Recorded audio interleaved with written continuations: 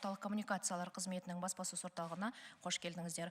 Добрый день, уважаемые коллеги. Добро пожаловать в службу центральных коммуникаций при президенте Республики Казахстан. Мемлекет басшысы Қасым-Жомарт Тоқаев Абай Құнанбайұлының 175 жылдық мерейтойын жоғары деңгейде мерекелеу туралы жарлыққа қол қойғаны барлықтарымызға мәлім.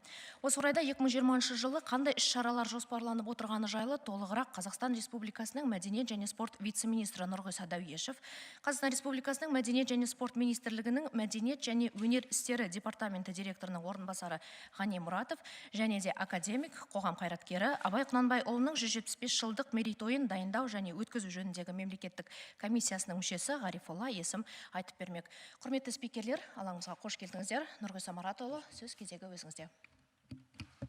Рахмет көп.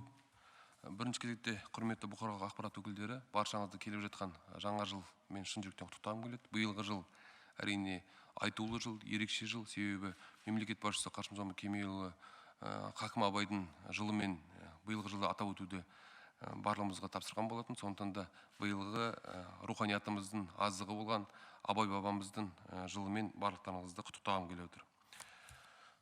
Ағымдағы жылы елдігіміз бен руханиятымыз үшін аса маңызды мемлекеттік қана емес халықаралық деңгейде жауапкершілігі зор міндет көзделіп отырған жыл.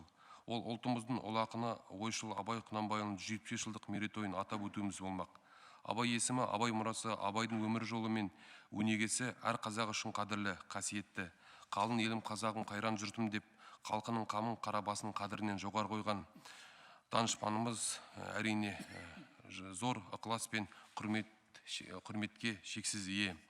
Ұлы ақынның 175 жылдық мерейтойын жоғары ұйымдастырушылық және мазмұндық деңгейде мерекелеуді қамтамасыз ету мақсатында мемлекет басшысы Қасым-Жомарт Кемелұлы Тоқаевтың тапсырмасымен 2019 жылдың 30 қазан күні Абай Құнанбайұлының 175 жылдық мерейтойын дайындау және өткізу жөніндегі мемлекет комиссиясының хаттамасымен Абай Құнанбайұлының 175 жылдық мерейтойын дайындау және өткізу жөніндегі жалпы республикалық жоспар бекітілді.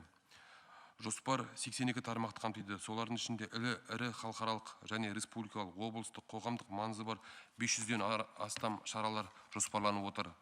Аталған жоспар Абайдың жеке тұлғасының ғаламдық ауқымын елде және шетелде кеңінен танымал етуге бағытталған идеялық мазмұнды және сапалы іс-шараларға негізделген. Сонымен қатар аталған жалпы республика жоспардың 4-ші тармағына сәйкес Нұр-Сұлтан, Алматы, Шымкент қалалары және облыстардың әкімдіктері мерекелеудің өңірлік жоспарларын әзірлеп шықты.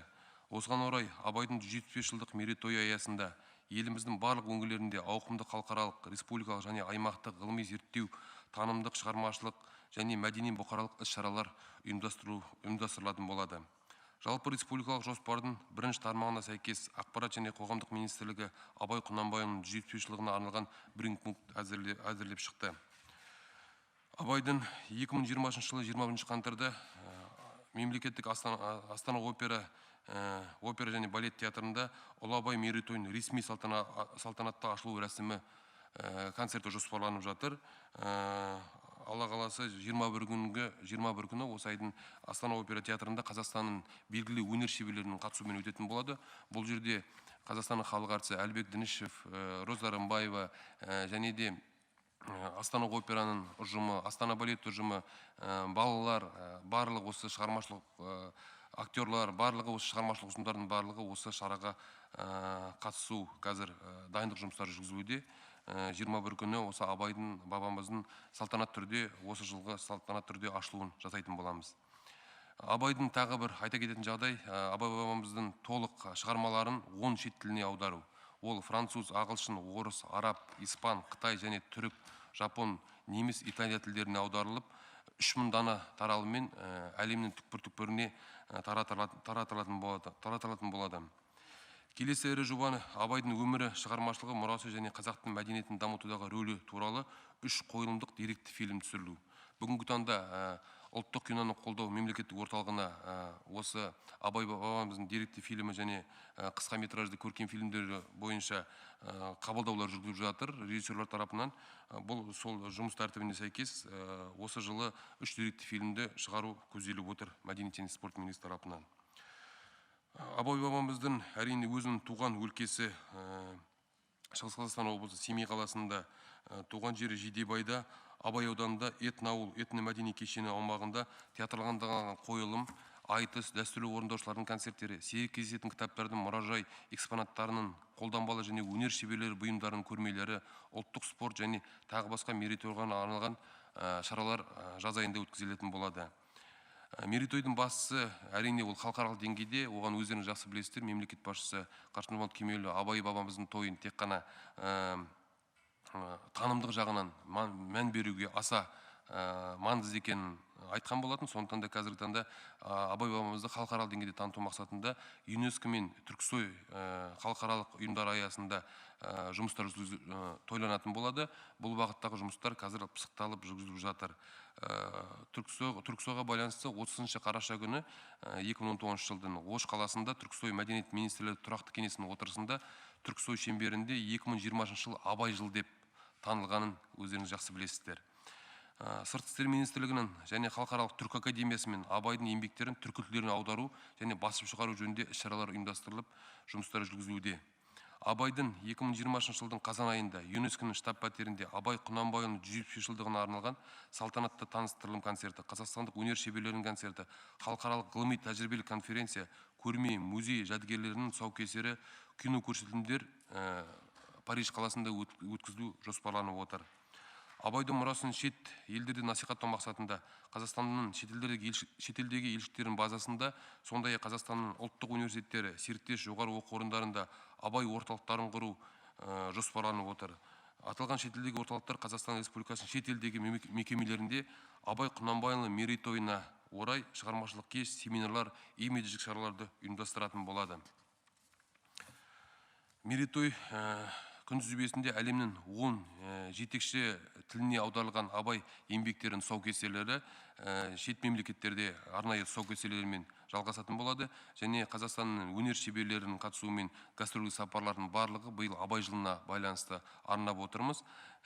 Және Сыртқы істер министрлігінің ұйымдастыруымен Кембридж университетінде тағы басқа университеттерде іс-шаралар жоспарланып жатыр. Абай Құнанбайұлының ескерткішіне гүл қою, оның қалдырған мұрасын шетелдерде насихаттау мақсатында Абай операсын Қытай, Түркия, Ресей мемлекеттерінде Абай атындағы опера және балет театры мемлекеттік гастрольдік сапарларын арнайтын болады. Абай операсына Абайға байланысты тағы да осы 170 жылдықтың байланысты шеңберінде тойланатын халықаралық шаралар мен аймақтық және ғылыми зерттеу мәдени шаралар барлығы жоспарланды. Оның ішінде тәуелсіздікке толғау, елім менің республикалық шығармашылық конкурстар Абай бабамызға арналады. Әрине бұл басты мақсат жастарды тарту мақсатында Абай бабамыздың өмірі мен шығармашылығына арналған үздік авторлық қойылымдар, музыкалық және поэтикалық және басқа да бағыттағы шығармаларға байланысты үздік жаңағы конкурстың шараларына енгізіліп отыр. Құрманғазы оркестрімен мемлекеттік Құрманғазы оркестрімен және Мүсірепов театрының ұйымдастыруымен концерт-спектакль жоспарлануда. Бұл Семей қаласында және Астана, Алматы қалаларында гастрольдік сапарлармен өтетін болады. Абай әлемінде балалар мен жасөспірімдерге арналған республикалық қойылымдар фестивалі Алматы қаласында өтетін болады. Бұған Мүсірепов атындағы балалар және жасөспірімдер театры ұйымдастырып жатыр. Және Абай атындағы әрине мемлекеттік опера театрында Абай гала поэтикалық музыкалық акциясын Абай әлемі атты фестиваль ұйымдастырылатын болады.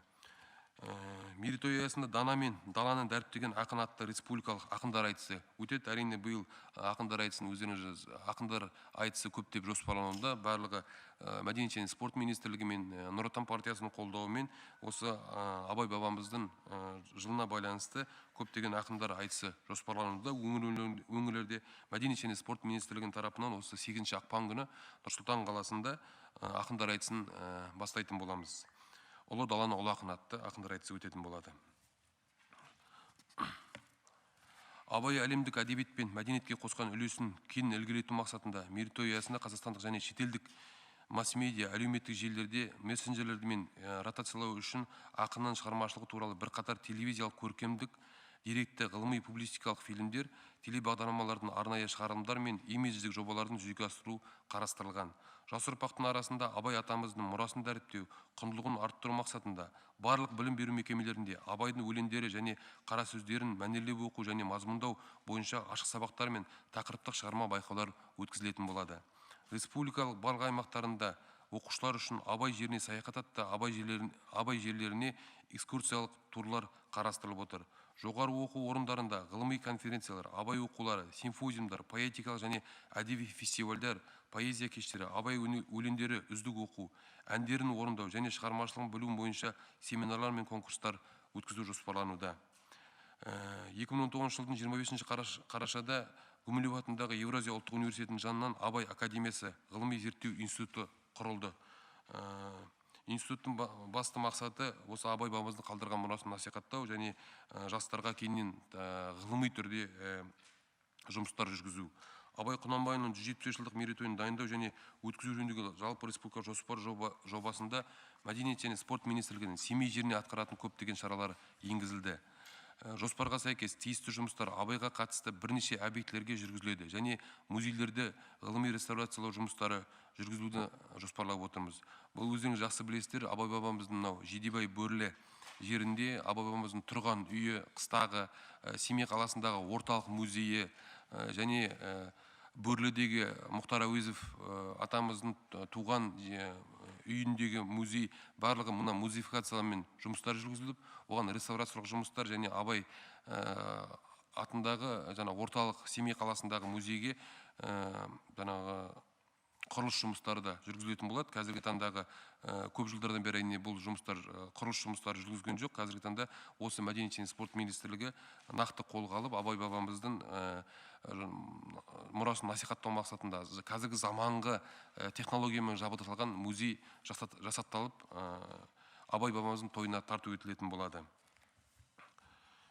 Және бастысы Абай бабамыздың және Шәкәрімнің кесенелері Жидебайдағы бұл жұмыстарға да Шығыс Қазақстан облысы Мәдениет және спорт министрлігі тарапынан жоспар қойылды.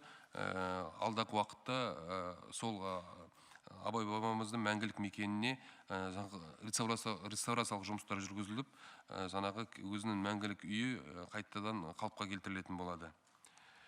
Және Шығыс Қазақстан облысының жоспарлауымен Абайдың туған жері Сырт Қасқабұлақ елді мекенінде абаттандыру жұмыстары және Ақшоқы Құнанбай бабамыздың жатқан жерлеріне абаттандыру жұмыстарымен музей салу жоспарлануда.